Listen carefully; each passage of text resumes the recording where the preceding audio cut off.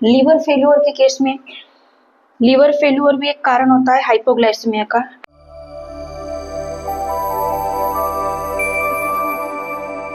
आज का हमारा टॉपिक है hypoglycaemia. Hypoglycaemia means low blood sugar. Hypoglycaemia it is a emergency condition. Hypoglycaemia क्या है? एक इमरजेंसी कंडीशन है जिसमें ब्लड शुगर लेवल कम हो जाता है। तो इसके डेफिनेशन क्या है? हाइपोग्लाइसेमिया की डेफिनेशन क्या है कि blood glucose less than 70 mg per decilitre. 70 mg per decilitre से अगर कम है blood glucose, that is called hypoglycaemia. Severe hypoglycaemia कब कहेंगे? कि less than 54 mg per decilitre और 54 mg पर डेसीलीटर और पेशेंट अगर अनकॉन्शियस है, ब्लड ग्लूकोज लेवल 54 से भी कम है, less than 54 mg per decilitre, जिसको हम कहेंगे सीवियर हाइपोग्लाइसेमिया। तो हमें पता होना चाहिए कि नॉर्मल जो ब्लड ग्लूकोज लेवल होता है वो कितना होता है, ब्लड शुगर लेवल। तो नॉर्मल जो ब्लड शुगर लेवल होता है तो फास्टिंग में कितना होना चाहिए, पोस्ट प्रेंडियल कितना होना चाहिए एंड रैंडम कितना होना चाहिए। तो फास्टिंग ब्लड ग्लूकोज लेवल कितना होता है? तो 70 to 110 mg पर डेसीलीटर, ये फास्टिंग ब्लड ग्लूकोज लेवल होता है। देन पोस्ट प्रेंडियल कितना होता है? 120 to 140 mg पर डेसीलीटर के बीच में होना चाहिए। एंड रैंडम लेंगे तो 140 से लेकर 140 से अबो, लेस देन 200 तक। तो डेफिनेशन क्या बोला हमने कि blood glucose level less than 70 mg per decilitre. तो 70 mg पर डेसीलीटर से अगर कम है blood sugar level, that is called hypoglycaemia. Hypoglycaemia एक इमरजेंसी कंडीशन होती है। तो इसके जो कॉजेज है, इसके क्या क्या कारण हो सकते हैं हाइपोग्लाइसेमिया के?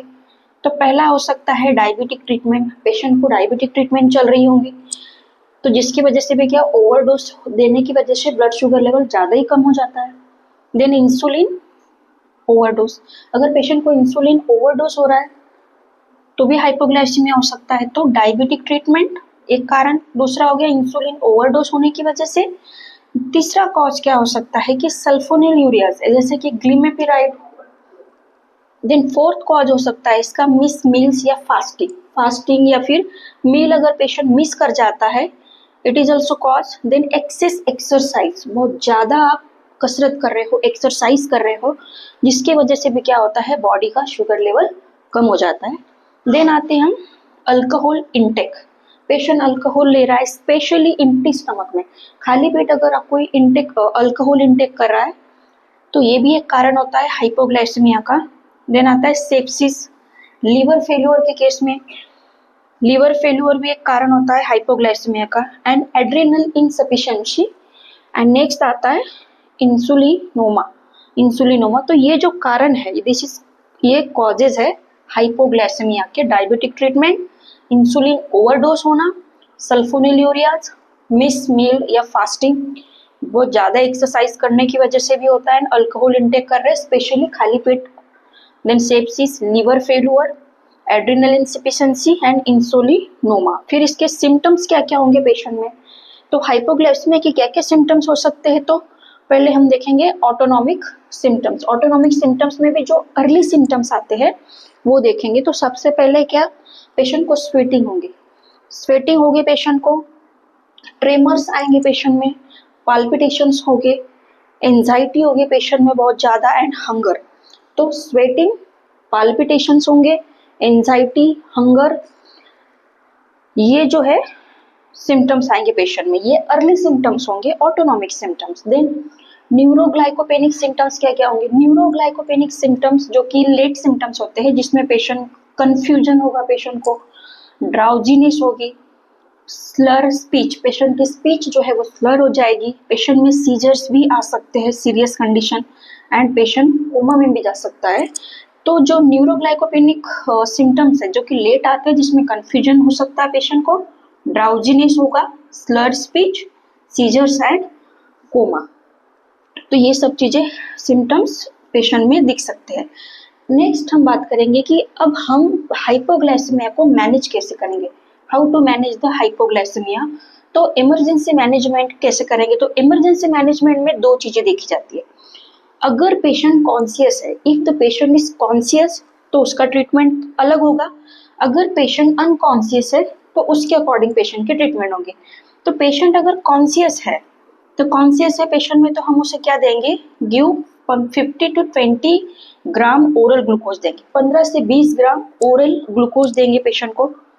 या फिर हम 3 से 4 टीस्पून शुगर दे देंगे पानी में, 3 से 4 टीस्पून चम्मच भर पानी में इसमें शुगर देंगे वाटर के साथ।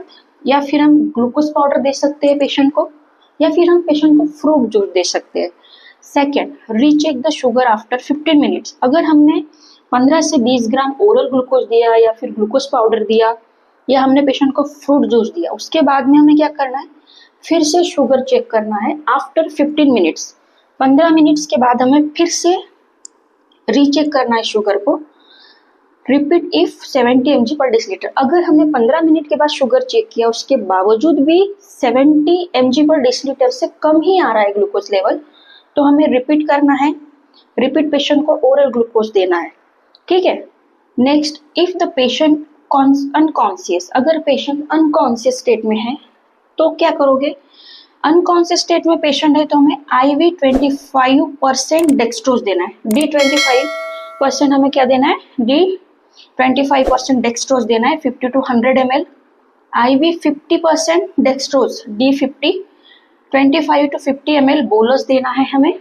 इफ नो IVS, अगर IVSS नहीं है तो हमें क्या करना है, इंट्रामस्कुलर ग्लूकेगॉन देना है 1 mg। आफ्टर रिकवरी फिर से हमें 5 to 10% डेक्सट्रोज इन्फ्यूजन लगाना है। मतलब पेशेंट अनकॉन्शियस है तो हमें D25% देना है पेशेंट को IV, और IV 50% डेक्सट्रोज भी देना है। अगर IVSS काम नहीं कर रहा है या IVSS पॉसिबल नहीं है तो इंट्रामस्कुलर ग्लूकेगॉन देना है 1 mg। और देन आफ्टर रिकवर होने के बाद क्या करना है, हमें फिर से 5 to 10% डेक्सट्रोज इन्फ्यूजन लगा देना है पेशेंट को। ठीक है। तो ये अनकॉन्शियस पेशेंट में हमें IV पॉइंट्स देना है। स्पेशल नोट क्या है कि in the chronic alcoholic patient, कोई भी अगर क्रॉनिक अल्कोहलिक पेशेंट है तो हमें क्या करना है, give thymine before glucose. Glucose देने से पहले हमें उसे थाइमिन देना है। सल्फोनिलयूरिया अगर ओवरडोज होता है तो क्या देना है, मेनिड ऑक्ट्रियोटाइड्स देना है। रिकरेंट एपिसोड्स, अगर बार बार पेशेंट में रिकरेंट एपिसोड्स होते हैं तो हमें इंसुलिनोमा को इवेल्युएट करना है। ठीक है। तो this is all about hypoglycaemia. हमने देखा हाइपोग्लाइसेमिया के क्या क्या कारण हो सकते हैं, फिर हमने सिम्टम्स देखे एंड इमरजेंसी मैनेजमेंट देखा। अगर आपको ये वीडियो पसंद आती है तो please like share subscribe my channel. Thank you so much.